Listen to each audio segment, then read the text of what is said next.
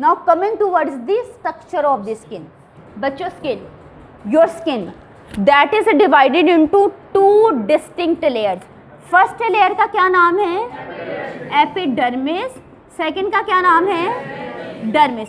भाई मेरे पास ये दो लेयर्स मेंशन है मेरी बीडी चौरासिया के अंदर, लेकिन मैं डिफरेंट बुक्स उठाऊं तो मुझे मिलेगा अभी आपकी skin is composed of the epidermis, dermis and the hypodermis. अब जी मैंने ये टर्म्स को डिस्कस करना है। Today I will talk about the epidermis and dermis. Next में फिर डर्मिस को और फीचर से डिस्कस करेंगे। सबसे पहले जी आ जाते हैं आपकी लेयर्स ऑफ द एपिडर्मिस। अब ये गौर से सुनना।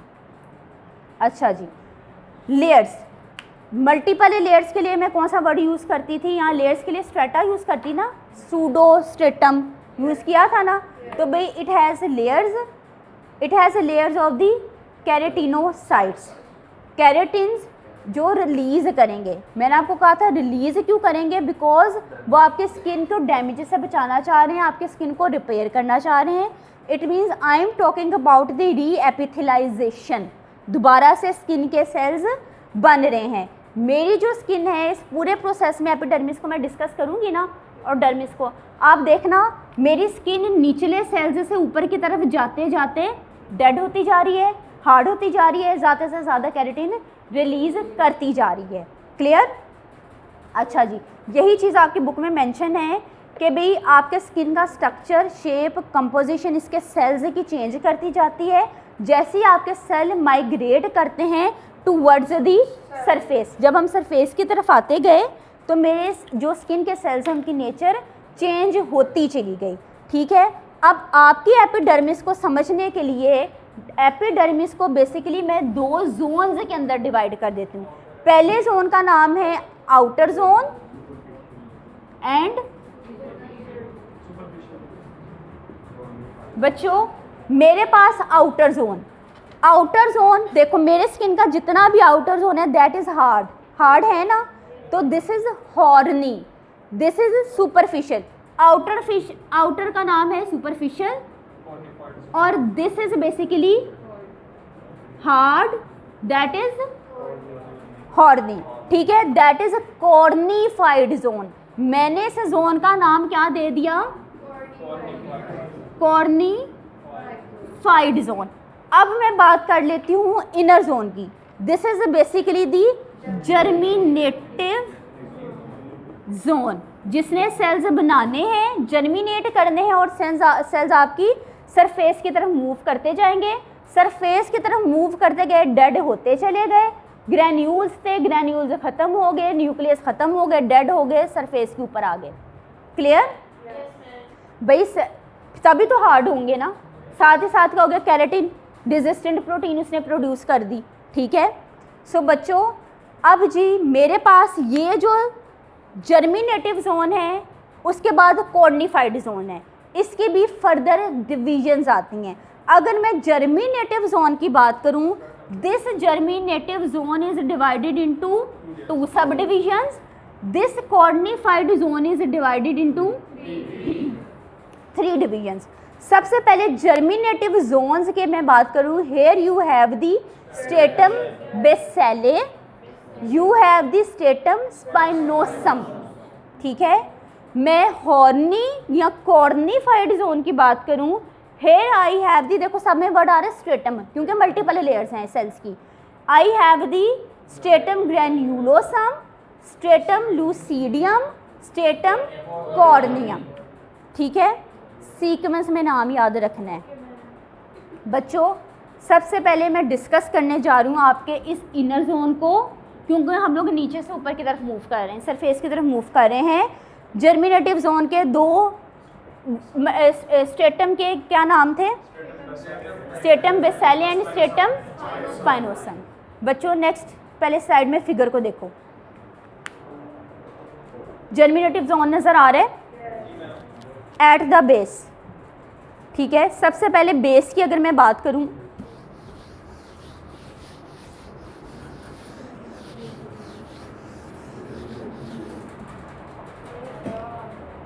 बच्चों बेस की अगर मैं बात करूं तो तो आपको कौन सी स्ट्रेटम नज़र आ रही है? Stratum basale. सबसे पहले आप दी स्ट्रेटम बेसेले, उसके ऊपर I have the stratum spinosum. ठीक है, अब जी this is making the germinative zone. बच्चों मेरे पास इस फिगर के अंदर स्ट्रेटम बेसेले का नाम लिखा हुआ है, that is the basal cell layer. ये जो मेरे पास बेजल सेल लेयर है, this is the basal cell layer, this is resting on a membrane. ये एक मेम्ब्रेन के ऊपर रेस्ट कर रही है। इस मेम्ब्रेन को मैंने कह दिया बेसमेंट मेम्ब्रेन। इस बेस को मैंने क्या कह दिया? This is the basement membrane. अब टेक्स्ट की तरफ आते हैं। I am going to talk about the germinative zone. सबसे पहले जर्मिनेशन क्या है? देखो, कमिंग इनटू एग्जिस्टेंस, एग्जिस्ट होना, डेवलप करना। मेरा ये जो जर्मिनेटिव जोन है, this will produce the cells, जो भी सरफेस की तरफ मूव करते जाएंगे। सबसे पहले this is compose of the stratum basale, यानी कि मैं इधर बात कर रही हूँ बेजल सेल लेयर्स की। बेजल सेल लेयर्स का नाम है स्ट्रेटम बेसेले। यहाँ पर क्या होना शुरू हो जाएगा?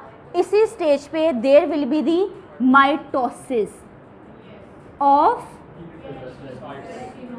कैरेटिनोसाइट्स, वो सेल्स जिन्होंने कैरेटिन बनाने हैं। ठीक है, ये आपके पास बच्चों जो बेजल सेल लेयर है, ठीक है, दैट इज, मैं कह दूं that is the lowest part of the epidermis. दो फीचर्स इसके ये डिस्कस कर ले। मेरे पास firstly I have the basement membrane. Basement membrane के ऊपर मेरी रेस्ट कर रहे हैं सेल्स की एक लेयर। उस सेल्स की लेयर का क्या नाम है? स्ट्रेटम बेसेले या बेजल सेल लेयर। ये बेजल सेल लेयर में there is actually the mitosis of the keratinocytes, वो सेल्स जो कि कैरेटिन की प्रोडक्शन करेंगे, रेजिस्टेंट प्रोटीन की प्रोडक्शन करेंगे। This is the lowest surface of the epidermis. Clear? अब जी, अब इधर आपके पास सेल्स की शेप क्या है? मोर प्रिसाइजली बच्चों, अगर मैं इनकी शेप को डिस्कस करना चाहूँ तो these are the columnar in shape. ऐसी शेप बननी चाहिए। ठीक है, you can edit this figure. तो इसकी मैं आगे जाकर आपको एक करेक्ट फिगर दिखाऊंगी। हेयर भी इसकी कॉलमनर शेप आपके पास आ जाएगी। ठीक है, किसके ऊपर रेस्ट करेंगे? बेसमेंट मेम्ब्रेन के ऊपर रेस्ट करें। क्लियर हो गया? अब जी मैं ऊपर की तरफ मूव करने जा रही हूँ। ऊपर मेरे पास क्या आ जाएगा? Stratum spinosum.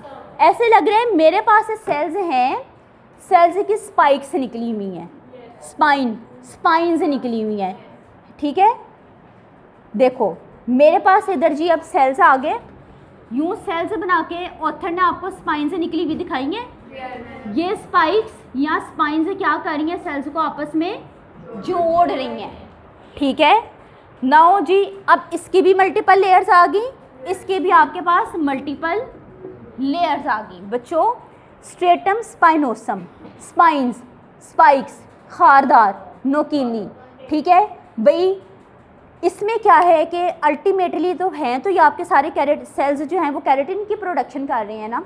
तो आपके ऑथर ने कह दिया these keratinocytes are joined by the tight intracellular junctions. इन सेल्स के दरमियान एक टाइट कनेक्शन बना है। ठीक है, और इस कनेक्शन को मैंने कह दिया दैट इज दी डेस्मोसोम। ये मेरे पास जंक्शन, इस कनेक्शन का क्या नाम आ गया? डेस्मोसोम। अच्छा, अब जी मेरे पास बच्चों ये जो सेल्स आ रहे हैं, these cells are the prickly cells. खारदार, नोकीले हैं, पॉलीहाइड्रल हैं। पॉलीहाइड्रल मीन्स 3 डायमेंशनल है, डिफरेंट शेप्स इसकी बनी हुई हैं। ठीक है, अब जी ये सेल्स की शेप वेरी करती है। ठीक है, लेकिन जी हर सेल, इनमें सेल्स की क्वालिटी क्या है कि इनके प्रोसेसेस निकले हुए हैं। एनाटॉमी में प्रोसेस हम किसके कहते थे? प्रोजेक्शन को कहते थे। भाई इन सेल्स की प्रोजेक्शन निकली हैं, इन प्रोजेक्शंस की वजह से सेल्स एक दूसरे के साथ यूनाइट करेंगे, ठीक है। अब जी they will have the polyhedral shape, they will have the short processes, ठीक है, जैसे को कोई कांटे निकले हों। ये processes will help the cells to join together, ठीक है। अब जी ये जो जंक्शन बनेगा बिटवीन दी सेल्स इन स्पाइक्स की वजह से, इस जंक्शन को मैंने क्या कह दिया, दिस इज दी डेस्मोसोम, ठीक है। मैं कह दूं my spine stratum spinosum is composed of the spinous cells, ठीक है, this is composed of the spinous cells. मैं कह दूं this is composed of the prickle cells, this is composed of the prickle cells. भाई जो भी हो इन sales ने रिलीज क्या करना है, कैरेटिन को। क्या रिलीज करेंगे, keratin, they will release the keratin. Okay जी, फर्स्ट जोन आपका कंप्लीट हो गया, that was the germinative zone. Germinative zone के बाद coming towards the cornified या हॉर्नी जोन की तरफ आते हैं। This horny zone is composed of the stratum granulosum, यानी कि ऐसा होगा जैसे ये सेल्स हैं, लग रहा है शायद इनके अंदर कोई ग्रैन्यूल्स हों। चलो देखते हैं। Then you have the stratum lucidum, then you have the stratum corneum. ऐसा लगता है सबसे ऊपर आगे कॉर्नियम की तरफ आगे, सरफेस की तरफ आगे। भाई दिस जोन हैज़ 3 लेयर्स, इन तीनों लेयर्स का आपने नाम पढ़ लिया। सबसे पहले आई एम टॉकिंग अबाउट जी, इसके बाद जी अब मेरे पास आएगी स्ट्रेटम ग्रैन्युलोसम, ठीक है, स्ट्रेटम ग्रैन्युलोसम। इसमें जो सेल्स हैं, these cells will secrete the lipids, they will produce the water proofing molecules. Here be author क्या कहना चाह रहे हैं, they will secrete the keratin, ठीक है। अच्छा जी, ये जो आपके पास ग्रैन्युलर लेयर है इसका मैंने नाम दे दिया स्ट्रेटम ग्रैन्युलोसम। ये जी मेरी दूसरी जो ऊपर वाली 2 लेयर्स आने वाली है उनके comparatively this is the deeper layer, okay. This is composed of the cells, ऐसे सेल्स के ऊपर मुश्तमिल है that will have the granular protoplasm. भाई इसके अंदर जो मेरे पास ये सेल्स मिल रहे हैं, ठीक है, इसके अंदर मेरे सेल्स के प्रोटोप्लाज्म के अंदर मुझे ग्रैन्यूल्स मिलेंगे, बिकॉज अभी मैंने पढ़ा ना लिपिड्स की प्रोडक्शन भी हो रही है, कैरेटिन्स की प्रोडक्शन भी हो रही है, तो भाई कुछ ना कुछ और एडिशनल आपको इसके अंदर ग्रैन्यूल्स मिलते जाएंगे, ठीक है। इसके अंदर आपको न्यूक्लियस नज़र आ रहा है, न्यूक्लियस है। Now coming towards the stratum, now coming towards the lucidum, stratum lucidum. अच्छा जी, यहाँ तक बच्चों देखो, जब आप लोग यहाँ पर आ जाओगे एक चीज़ आप लोगों ने गौर करनी है, फिगर्स बनाते हुए भी।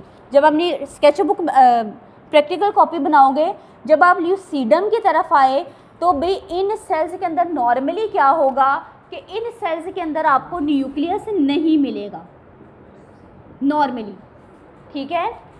अच्छा जी, या फिर अगर मिलेगा भी, in few cells there will be flattened nucleus, ठीक है। तो पॉसिबिलिटी है कि न्यूक्लियस नहीं मिलेगा, मिलेगा भी तो there will be flattened nucleus. अब मैं और ऊपर जाने वाली हूँ जहाँ न्यूक्लियस बिल्कुल ही ख़त्म हो जाएगा, ठीक है। अब जी यहाँ पर मज़ीद कैरेटिन की प्रोडक्शन बढ़ गई। हर सेल मेरा जैसे जैसे मैं सरफेस की तरफ जाती जा रही हूँ, मेरे पास ऐसे सेल्स आते जा रहे हैं जो कैरेटिन की प्रोडक्शन को इंक्रीज़ करते जा रहे हैं, और आहिस्ता आहिस्ता मेरे प्रोटोप्लाज्म के अंदर से ग्रैन्यूल्स न्यूक्लियस ख़त्म होते जा रहे हैं, ठीक है। अब जी इसके बाद जी दिस मैं कह सकती हूँ अगर इसमें ग्रैन्यूल्स नहीं है या न्यूक्लियस नहीं है, so this is the clear layer, ठीक है। इसका प्रोटोप्लाज्म इज़ क्लियर, ठीक है, इसमें ग्रैन्यूल्स नहीं है। Either this has no nucleus और this have the flattened nucleus, clear. Now coming towards the stratum corneum. अब मैं आ गई स्ट्रेटम कॉर्नियम के ऊपर। भाई स्ट्रेटम कॉर्नियम में की तरफ जब मैं आ गई तो इधर मैंने स्ट्रक्चर भाई अब ऐसे बनाने हैं जहाँ मैंने न्यूक्लियस किसी सूरत में नहीं दिखाना, ठीक है। So this is composed of the cells that will have no organelles, ठीक है, और यहाँ मैक्सिमम केराटिन की प्रोडक्शन हो रही है। ये जो आपकी लेयर होगी या मैक्सिमम रेजिस्टेंट प्रोटीन आपके पास से मिल रही है, तो क्या ये स्किन हार्ड होगी? Be as compare to the lower layers this is the most harder skin, ठीक है। इसको मैंने कह दिया स्ट्रेटम कॉर्नियम या horny skin. This is the superficial layer, this will composed of the cells that are flat, that have no nucleus, that have no granules, but this is producing the maximum keratin. This is producing the horny substance. उस horny substance का waterproof substance को मैंने कह दिया this is the keratin. Clear? Keratin नीचे से produce होगा। अब just ये जो मेरे पास एक फील्ड है ना, ये एक समझ लो एक ग्रैन्यूल है जिसके अंदर केराटिन भरी हुई है, ठीक है। अब जी ये क्योंकि ये डेड होगी ना, अब ये तो डेड है, इसने तो गिर ही जाना है, शेड होके गिर जाना है। मैंने अपना हाथ यूँ रब किया, कुछ चीज़ मुझे ऐसी लगी, मैंने जो भी मूवमेंट की, तो ये शेड होके स्केल होके ही मेरी स्किन नीचे गिर जाएगी, क्योंकि अब तो ये डेड है, ठीक है। इसलिए देखो फेशियल वगैरह कराते हैं, कहते हैं ना डेड स्किन को रिमूव करना बाय द फ्रिक्शन। बेसिकली इस स्किन को यू आर रिमूविंग। बच्चों जो आपके पास सरफेस पे स्केल्स यानी कि डेड स्केल्स की बात कर रहे हैं, अब इस डेड स्किन को you will remove by the friction. Rub off करेंगे, रिमूव करेंगे, इसी तरह कहते हैं रब करो, नई स्किन ऊपर आए, नए सेल्स ऊपर आए, फ्रेश सेल्स ऊपर आए, ठीक है। बच्चों आपके पास ये जो स्किन है, क्या इधर कोई ब्लड सप्लाई है? No, this has no blood supply, no nerve supply भाई, लेकिन इसको कहीं ना कहीं से तो न्यूट्रिएंट्स मिल रहे हैं भाई। This is getting nutrients from the lymph. Lymph कहाँ से जी न्यूट्रिएंट्स उठा रही है और उठा के भी आपकी इस लेयर को प्रोवाइड कर रही है। अब जी लिम्फ ने न्यूट्रिएंट्स कहाँ से उठाए भाई? आपकी डर्मिस से उठाए। ये मैंने डिस्कस कर ली थी एपिडर्मिस। इसके नीचे आई हैव दी डर्मिस, जहाँ पे ब्लड सप्लाई है, जहाँ पे लिम्फ सप्लाई है। लिम्फ ने भाई यहाँ पे ब्लड सप्लाई आ गई, ठीक है, यहाँ से लिम्फ निकली और उसने न्यूट्रिएंट्स मेरे ऊपर वाली लेयर्स को प्रोवाइड कर दिए। क्लियर? नरिशमेंट इसकी कर दी। बच्चों ये जो आपके केराटिनोसाइट्स हैं, मैंने कहा ना नीचे से ऊपर ट्रैवल करेंगे। जितने ये मैंने लेयर्स पढ़ी, this is composed of the keratinocytes, वो सेल्स जो केराटिन की प्रोडक्शन करें। अब इस बेसमेंट मेम्ब्रेन से ऊपर सरफेस तक आने के लिए कितने डेज रिक्वायर्ड हैं आपके सेल्स को? This will take 30 to 40 days to travel. Stratum basale से स्ट्रेटम कॉर्नियम तक आने के लिए the time period is 30 to 40 days. Clear बच्चों? अब जो मेरे पास ख़त्म होगी स्लाइड क्या है? अच्छा जी, अब ये याद करो, एक दफ़ा किसी ने क्वेश्चन पूछा था, वो क्वेश्चन अब इधर आ रहे हैं। मैंने आपके ये जो बच्चों स्किन है that is ectodermal in origin. Word ectodermal क्या है इसको अभी मैं डिस्कस करती हूँ। फिलहाल याद रखो आपकी इस स्किन से अपेंडेजेस कुछ चीज़ें निकल रही हैं, अपेंडेज कर रही हैं। क्या निकल रहा है? नेल्स निकल रहे हैं। You have the hairs, here you have the sweat glands, here you have the spacious gland. आगे जाके भी हम लोगों ने डिफरेंस पढ़ना है between the sweat gland, spacious glands, ठीक है। You must know the anatomy of the hair, you must know the anatomy of the nails। बच्चों मैंने यहाँ वर्ड यूज़ किया एक्टोडर्मल, इसकी डिस्कशन अभी रहती है। फिलहाल जी कंक्लूड कर लो, आपकी जो एपिडर्मिस है this is thick, this is hard, this is horny. कहाँ पे है? At the palm, at the soles. अब थिन, मैंने कहा ना कहीं पे थिक है कहीं पे थिन है। थिन और सॉफ्टर कहाँ पर है? ट्रंक एरियाज पे, inner side of the limbs पे, ऐसे ही है। नेक्स्ट फिगर में देखो 5 की 5 आपको लेयर्स क्लियर हैं, ओके।